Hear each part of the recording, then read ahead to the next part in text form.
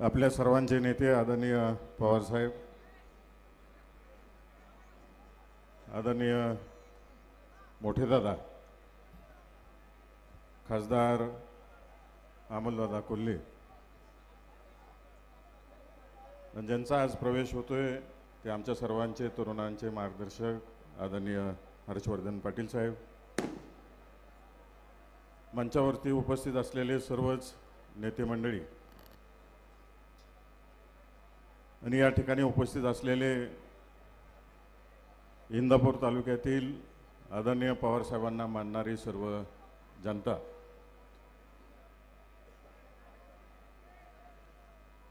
आदरणीय पवार साहेबांच्या नेतृत्वाला मान्य करून आज हर्षवर्धन पाटील साहेब राष्ट्रवादी काँग्रेस पक्षामध्ये प्रवेश करत आहेत। नक्कीच शेजारी म्हणून मोहिते पाटील परिवाराची माळशिरस तालुक्याची एक मोठी जबाबदारी आहे की येणाऱ्या विधानसभेमध्ये आपल्याला जी काही मदत लागेल ती मदत करण्याच्या दृष्टिकोनातून मोहिते पाटील परिवार आदरणीय विजयदादांच्या मार्गदर्शनाखाली इंदापूर तालुक्यात जी काही मदत लागेल ती करण्यासाठी आम्ही सर्व कुटुंबीय तत्पर असू एवढी गावे आपल्याला सगळ्यांना मी देतो। या ठिकाणी आपण पाहतोय आपल्या देशामध्ये कशा पद्धतीचं राजकारण गेल्या 10 वर्षामध्ये चालू आहे। सगळीकडे फोडाफोडीचं तत्व सोडून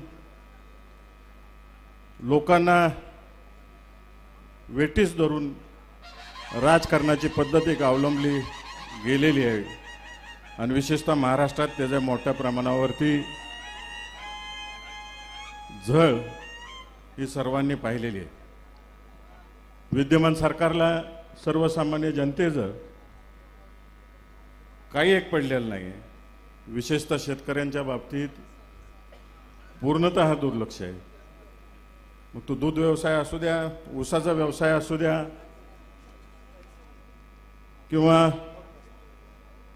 कांद्याचा विषय असू द्या, द्राक्ष बागायतदारांचा विषय, या प्रत्येक गोष्टीत शासनाने दुर्लक्ष केलेलं आहे आणि फसव्या योजना सर्वसामान्यांच्या समोर आणलेले आहेत आणि एक दिशाभूल करण्याचं काम हे सरकार करत आहे।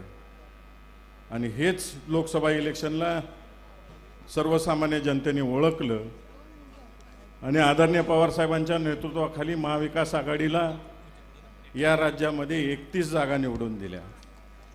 आज माझी सर्वांना विनंती आहे, आता विधानसभेला आपण तोंड देतोय सगळेजण, तर आपण अशाच पद्धतीनं लोकसभेला जसं पवार साहेबांच्या नेतृत्वाखाली महाराष्ट्रात महाविकास आघाडीचे 31 खासदार निवडून आणले, त्याच पद्धतीनं राज्यात आता महाविकास आघाडीचं सरकार साहेबांच्या नेतृत्वाखाली आलं पाहिजे आणि त्या दृष्टिकोनातून आजपासून एक दिवसही शांत न बसता आपण सर्व कार्यकर्त्यांनी साहेबांच्या नेतृत्वाखाली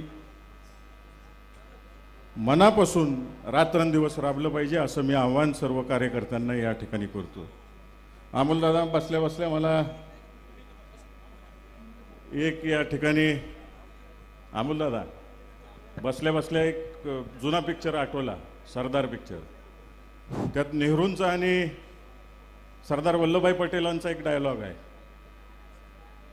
देश स्वातंत्र्य झाल्यानंतर एक एक राज्य किंवा संस्थानं देशात सामील होत होती आणि सामील होत असताना एके दिवशी जवाहरलाल नेहरू सरदारांना विचारतात काय काय झालं, तर सरदार वल्लभभाई पटेल साहेब उत्तर देतात, एक एक फल टोकरी में आ रहा है। जसं आता साहेब आपल्याला सगळ्यांना विचारणार आहेत, विशेषतः तुम्हाला जयंत पाटील साहेबांना विचारणार आहेत, एक कितने फल बाकी है अभी आने में। आपल्याला आता चांगल्या फळांनी ही राष्ट्रवादीचं टोकरी भरायची आहे आणि चांगले उमेदवार या महाराष्ट्राला द्यायचे आहेत आणि चांगला कारभार या राज्यात झाला पाहिजे, तो पण पवार साहेबांच्या नेतृत्वाखाली झाला पाहिजे। ही अधिक जबाबदारी आम्हा सर्वांची आहे। मी अधिक काही बोलत नाही, हर्षवर्धन पाटील साहेबांचा यांच्या सर्व कार्यकर्त्यांचा राष्ट्रवादी काँग्रेस पक्षामध्ये सहर्ष स्वागत करतो आणि माझे 2 शब्द संबोधतो। जय हिंद, धन्यवाद साहेब, मनपूर्वक धन्यवाद। व्यासपीठावरती नुकतंच शुभागमन झालेलं आहे. आमच्या महिला भगिनींचा